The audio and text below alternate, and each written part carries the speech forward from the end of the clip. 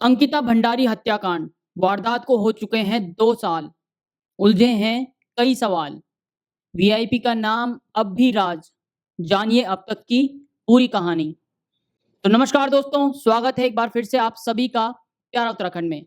2 साल पहले आज ही के दिन यानी कि 18 सितंबर 2022 को अंकिता भंडारी की हत्या के बाद जो पौड़ी क्षेत्र के वंतरा रिजॉर्ट है, उसके जो काले राज हैं, वो अदालत को उन 50 गवाह अब तक बता चुके हैं। एसआईटी ने अंकिता भंडारी के हत्या के मुकदमे में कुल 100 गवाह बनाए थे। ऐसे में अभी फास्ट ट्रैक कोर्ट में बाकी 51 लोगों की गवाही बाकी है। रिजॉर्ट का मालिक पुलकित आर्या, मैनेजर अंकित उर्फ पुलकित गुप्ता और सौरभ भास्कर, तीनों आरोपी कारागार में न्यायिक अभिरक्षा में बंद हैं। पुलिस जांच में सामने आया था कि पौड़ी की निवासी अंकिता भंडारी को नौकरी में अभी 20 ही दिन हुए थे कि वह वंतरा से नौकरी छोड़कर जाना चाह रही थी। वह जान चुकी थी कि यहाँ पर कितने काले कारनामे हो रहे हैं। घने जंगलों के बीच बने इस अय्याशी के अड्डे पर बड़े बड़े लोग रंग रलियां मनाने आते थे। इन लोगों के लिए खाने पीने से लेकर उनकी अय्याशी का भी प्रबंध किया जाता था। अंकिता को जब पता चला कि पुलकित उसे भी इस अंधियारी दुनिया में धकेलना चाहता है, तो उसका मन उखड़ गया और ऐसे में 18 सितंबर 2022 की रात रिजॉर्ट की रिसेप्शनिस्ट अंकिता की भंडारी की हत्या सिर्फ इसलिए कर दी गई कि वह वहां के सारे काले राज जान चुकी थी।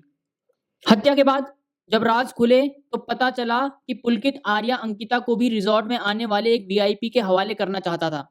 एसआईटी की जांच में जब अंकिता भंडारी और उसके दोस्त की चैट सामने आई तो और भी चौंकाने वाली बातें सामने आई थी।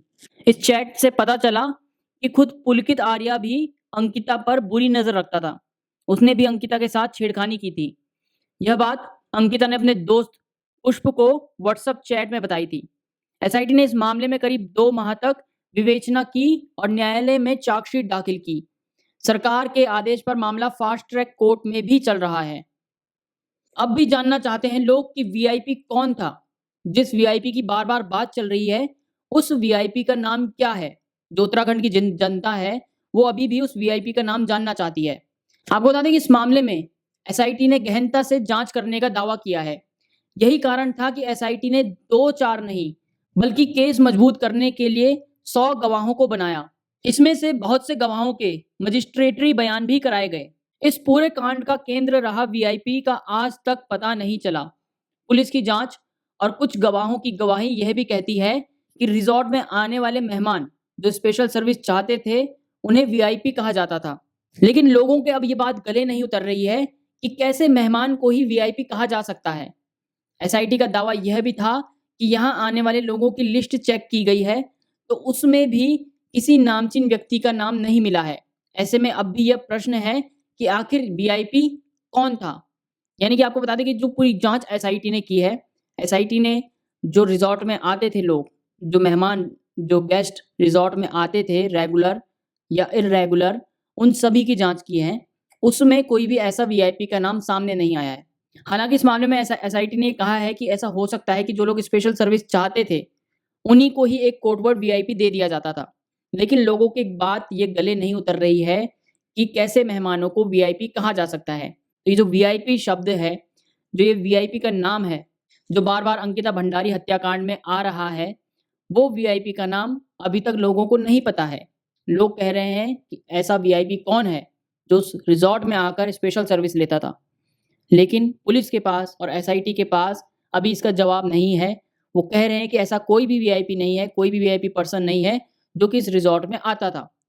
अब आपको बताते हैं कि इस केस में, अंकिता भंडारी हत्याकांड में, इस केस में क्या-क्या, कब-कब, क्या-क्या हुआ।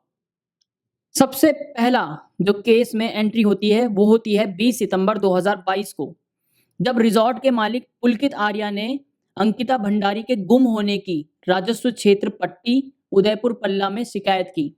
यानी कि पटवारी के यहाँ उन्होंने 20 सितंबर को, जो पुलकित आर्या है, मेन कल्प्रिट है, उसने 20 सितंबर 2022 को अंकिता भंडारी के गुम होने की शिकायत की। अब आपको बता दें कि 20 के बाद 21 गई और 22 गई, लेकिन पटवारी, जो कि पुलकित आर्या का दोस्त ही कहा जा सकता है इस पूरे केस में, उसने इस पर कोई एक्शन नहीं लिया। तो 22 सितंबर 2022 को, 2 दिन बाद, शिकायत करने के 2 दिन बाद, लोगों ने धरना प्रदर्शन शुरू कर दिया और जिला अधिकारी के आदेश पर यह मामला नियमित पुलिस लक्ष्मण झूला थाने को दे दिया गया। लक्ष्मण झूला पुलिस ने जांच की और पुलकित और अंकित और सौरव इन तीनों से पूछताछ में पता चला कि इन तीनों ने 18 सितंबर को अंकिता भंडारी की हत्या कर दी।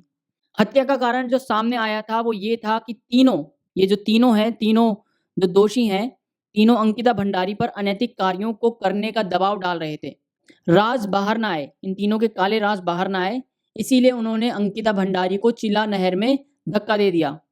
22 सितंबर को पुलिस ने मुकदमे से अपहरण की धारा हटाकर हत्या और साक्ष्य छुपाने और आपराधिक षड्यंत्र की धारा जोड़ दी। 23 सितंबर को जो कोर्ट के आदेश पर तीनों आरोपियों को न्यायिक हिरासत में जेल भेज दिया गया और इस दौरान जो लोग थे उन्होंने जो प्रदर्शन था वो और भी ज्यादा उग्र कर दिया। 24 सितंबर की बात करें तो 24 सितंबर को अंकिता भंडारी का शव जो है वो जो घटना स्थल है उसे 13 किलोमीटर दूर चिला नहर बैराज इनटेक से बरामद किया गया। 24 सितंबर को ही अंकिता का एम्स ऋषिकेश में विशेषज्ञों की टीम ने पोस्टमार्टम किया। 24 सितंबर को एसडीजी अपराध और कानून व्यवस्था के निर्देश मुकदमे की विवेचना के लिए डीआईजी के नेतृत्व में एसआईटी का गठन किया गया। 26 सितंबर को तीनों आरोपियों को पुलिस कस्टडी रिमांड में लेकर क्राइम सीन दोहराया गया। 16 दिसंबर को पुलकित, अंकित और सौरभ के खिलाफ हत्या, साक्ष्य छुपाने, छेड़खानी और अनैतिक देह व्यापार अधिनियम के तहत चार्जशीट न्यायालय में दाखिल की गई और जो स्पेशल इन्वेस्टिगेशन टीम थी, एसआईटी थी, उन्होंने कुल मिलाकर अंकिता भंडारी हत्या के मुकदमे के लिए 100 गवाह बनाए थे, जिसमें से अभी तक 49 गवाहों की जो गवाही है वो कोर्ट में हो चुकी है और 51 लोगों की गवाही अभी भी बाकी है। ये जो केस है ये फास्ट ट्रैक कोर्ट में चल रहा है।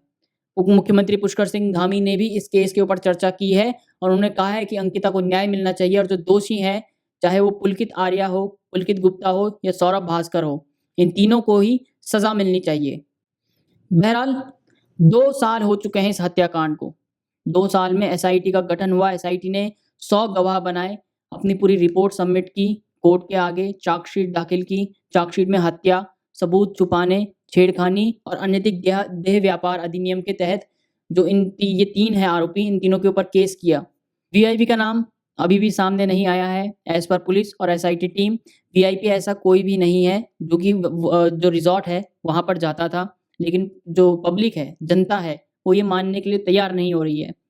बहरहाल उत्तराखंड के लोगों को इस समय उम्मीद कोर्ट से ही है कि फास्ट ट्रैक कोर्ट में ये मामला भी चल रहा है और जल्दी से जल्दी इस मामले पे सुनवाई हो और इन तीनों आरोपियों को कड़ी से कड़ी सजा मिले। फिलहाल के लिए प्यारा उत्तराखंड में इतना ही। बने रहिए हमारे साथ। जय हिंद, जय भारत, जय उत्तराखंड।